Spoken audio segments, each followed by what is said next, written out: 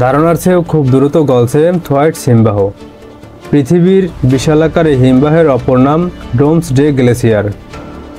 গবেষকদের অনেকের ধারণা এই হিমবাহ গলতে শুরু করলে ধরে নিতে হবে খুব নিকটে চলে আসছে পৃথিবী ধ্বংসের দিন। বরফ সমুদ্রে ঘেরা পৃথিবীর বৃহত্তম মহাদেশ অ্যান্টার্কটিকা।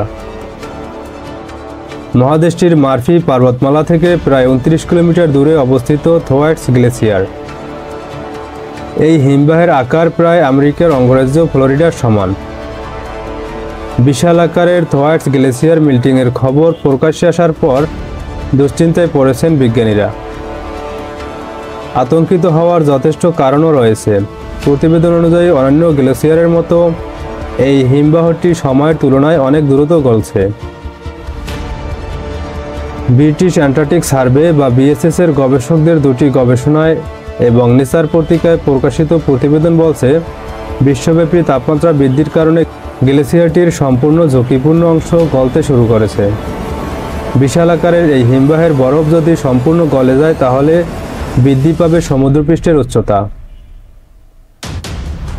পানির নিচে চলে যেতে পারে বাংলাদেশ, সিঙ্গাপুর, মালয়েশিয়া, ভারত সহ বিশ্বের অনেক দেশের স্থলভাগ। গবেষণায় দেখা গিয়েছে থোয়াইটস হিমবাহ গলে গেলে পশ্চিম অ্যান্টার্কটিকায় জমে থাকা বরফের একটি বড় অংশ শেষ হয়ে যাবে, যার ফলে বিপর্যয়ের পরিস্থিতি তৈরি হতে পারে এবং এই পরিস্থিতিতে সমুদ্রের স্তর 10 ফুট পর্যন্ত বৃদ্ধি পেতে পারে। আর সেরকম কিছু হলে ভয়াবহ বন্যা ঠেকানোর আর কোনো উপায় থাকবে না। চাষাবাদযোগ্য জমিসহ ফুলে ওঠা সমুদ্র তখন গ্রাস করবে মানুষের ঘরবাড়ি এবং ভেসে যাবে ফসলের মাঠ। লবণের উচ্চ ঘনত্বের কারণে ব্যবহারের অনুপযোগী হবে অবশিষ্ট স্বাদু পানি। পানির অভাবে তাই চাষাবাদ করাও সম্ভব হবে না। অনাহারে মৃত্যু হতে পারে বহু মানুষের।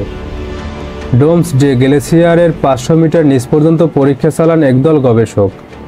পরীক্ষা শেষে দেখেন গত কয়েক বছরে বেড়েছে থোয়াইটস হিমবাহের নিচের জলের তাপমাত্রা। প্রতি বছর গড়ে 98 ফুটেরও বেশি গলে যাচ্ছে হিমবাহটি, ফলে ফাটল ধরেছে গ্লেসিয়ারের মূল কাঠামোতে।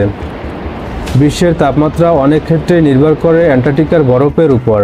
অ্যান্টার্কটিকা মহাসাগর পৃষ্ঠে ভাসমান বরফের আকার বর্তমানে প্রায় 1,70,00,000 বর্গ কিলোমিটার। বরফের আয়তন কমেছে প্রায় 15 লক্ষ বর্গ কিলোমিটার।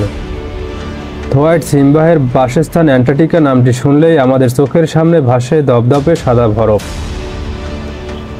বর্তমানে পৃথিবীর বরফের প্রায় 89% রয়েছে এই মহাদেশটিতে।